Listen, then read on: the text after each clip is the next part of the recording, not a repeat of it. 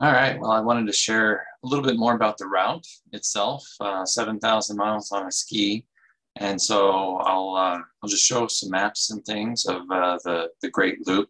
Now, for those of you that are loopers, familiar with the loop, a lot of this is probably, yep, I know all that. But wanted to share it with those that are not as familiar with the loop. So I'm going to pop up the screen here and so the map that I put this map together, I'm from Omaha, Nebraska, so I need to start my loop here on the Missouri River down to St. Louis. And that'll be about 600 miles one way. And then on the backside of the trip, as I make my way all the way around, I'll be going upriver back to Omaha. At least that's the plan. So that adds on an extra 1,200 miles or so to the trip. And because I'm going all the way to Key West, instead of there's a shortcut you can take in the middle of Florida and kind of shortcut the trip there. My total mileage will be just over 7,000 miles for this 3.5 month trip on a jet ski. So the America's Great Loop Cruisers Association, greatloop.org, they've put together a nice map, interactive map, that shows the loop. And so I'll use that as well. And so from St. Louis, we talked about coming in from Omaha and the 600 miles there. So from St. Louis, jumping on the Mississippi River here, down to the tip of Illinois. And most people would think, oh, you're just going to take the Mississippi River all the way down to New Orleans and from there get on the Gulf of Mexico. Well, you can do that if you've got a really large fuel tank. There's just very few, I think maybe just one or two marinas available on this entire route. And I would need a whole lot more marinas than that. So if you do the Mississippi, you really need a land crew following you or providing some fuel along the way.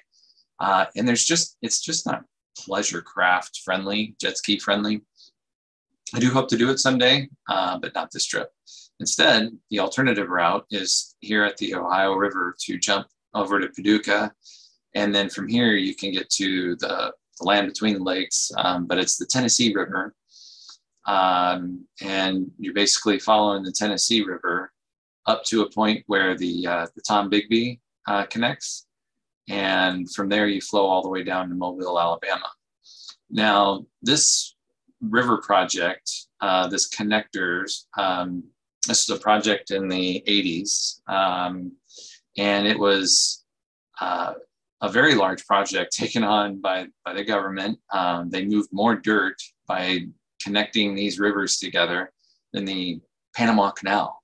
So huge project, and it is used by barge traffic as well as pleasure craft because there's plenty of marinas and small towns along the way that you can stop at and fuel stops, etc.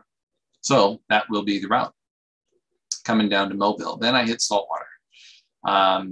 It's been a long time since I've skied on saltwater, a really long time. So it'll be a nice experience, hitting the waves, etc. So from here in Mobile, I right away jump into the Intracoastal Waterway.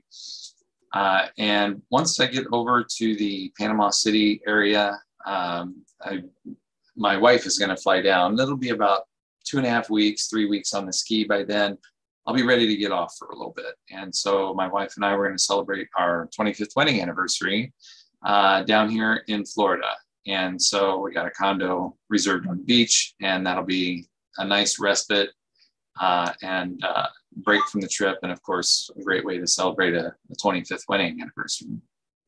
So after that, then I get back on the Intracoastal. And as we get to the kind of the arm of Florida, the panhandle, where the panhandle meets the rest of Florida, there's some choices to make. You really do not want to hug tight along the shoreline of Florida. The Gulf is super shallow. Even a couple of miles out, it's super shallow, 3, 4, 5 feet deep. and with plenty of seaweed. And seaweed is not good for a jet ski. The jet ski will suck it up through the impeller, and then you're stuck. So instead, and what most larger boats do, is they take some form of a cutoff over here to one of their marinas along the way, over more closer to Tampa. Crystal River is kind of popular, and there's a few others. So that will be an interesting day. That is, that'll be open waters. I'll be, at least 10, 15, maybe even 20 miles offshore. So won't be able to see land, and that'll be an interesting day. Let's just say that. So nonetheless, making our way around Florida. I do plan to come all the way down to Key West. So that'll be another day of open water. Could take this route that kind of cuts through the middle of Florida there, but I want to go ahead and make it all the way around to Key West.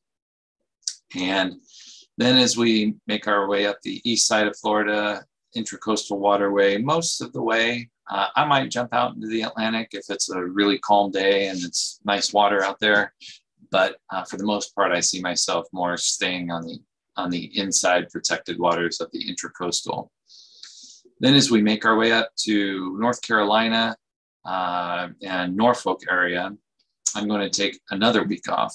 And this time my brothers are going to fly out for a 31st annual brothers trip, where we go camping or hiking or do some kind of an outdoors activity. And so we plan to rent an RV for a week and head down to the Outer Banks of North Carolina. And my ski will be getting serviced there in Norfolk. So my ski will get a break, I'll get a break, and it'll be another good rest for my body.